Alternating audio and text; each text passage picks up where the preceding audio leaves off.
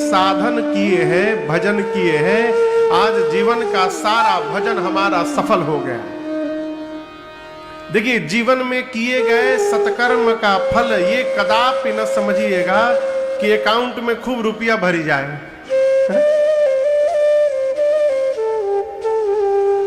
जीव के अचानक बहुत रुपया मिल जाता है ना, तो जीव कहता है भगवान की बड़ी कृपा हो गई महाराज, लॉटरी लग गई 1 करोड़ की। ये भगवान की कृपा नहीं है।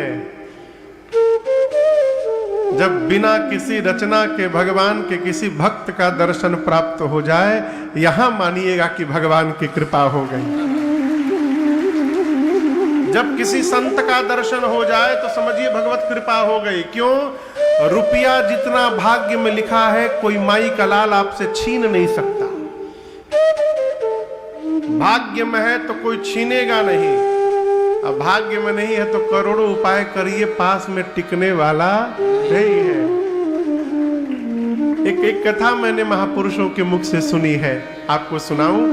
एक बार नंदी पर सवार होकर भगवान शंकर और मां भवानी कहीं जा रहे थे। तब तक मां भवानी को सड़क पर एक दीनहीन व्यक्ति दिखाई पड़ गया। मां तो मां को दया आ गई। मां ने बाबा से कहा, ये बड़ा दीनहीन है, इस पर कृपा करिए, कुछ धन दे दीजिए। बाबा बोले, इसके भाग्य में है नहीं। मां बोली, कैसे नहीं है? क्या आप देंगे तो ये मना कर देगा, नहीं लूंगा, मेरे भाग्य में नहीं है? मैं कहती हूं दीजिए। अब मैया बोली तो बाबा बोले, ठीक है, ये भी करके देख लेता हूं। तो सड़क पे वो चल रहा था, 1 किलोमीटर आगे और 1 किलोमीटर पीछे तक दूसरा कोई व्यक्ति नहीं था, अकेले। उससे 100 मीटर आगे भगवान शंकर एक पोटली में स्वर्ण असरफियों को, सोने की असरफियों को भर करके सड़क पे रख दिए और उस पोटली का थोड़ा मुख खोल दिए थे कि इसको दिखाई पड़े कि सोना है उसमें। चल रहा है। अभी 20 मीटर बाकी था, तब तक अचानक उसके मन में एक भाव जगा। किसके मन में? जो चल रहा था। क्या? बेचारे अंधे लोग कैसे चलते होंगे? उनको तो बड़ा कष्ट होता होगा चलने में, क्या सब चल पाएंगे वैसे?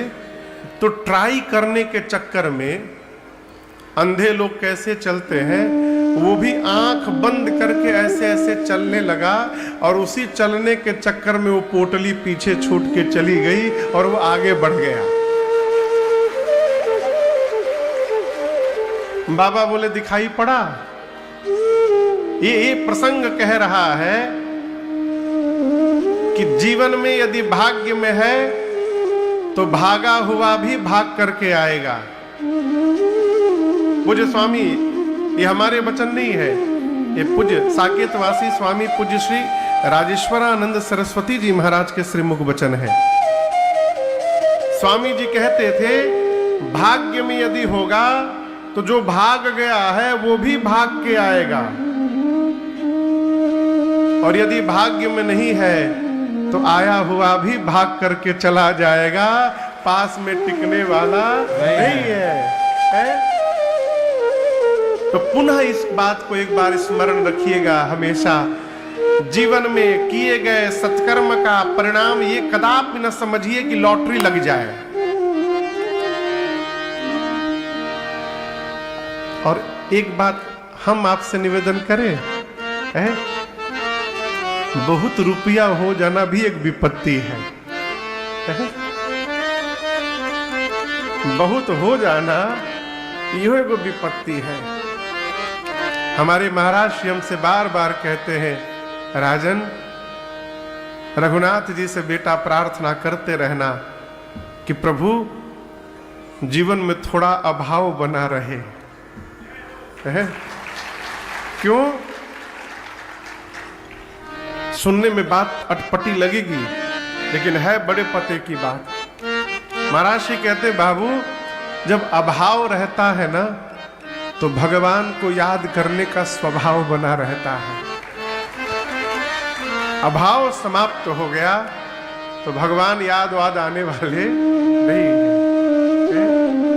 इसलिए जीवन में किए गए सत्कर्म का परिणाम है, सत्कर्म का फल है भगवत अनुभूति हो जाए, भगवत दर्शन प्राप्त हो जाए, भगवत कथामृत पान हो जाए।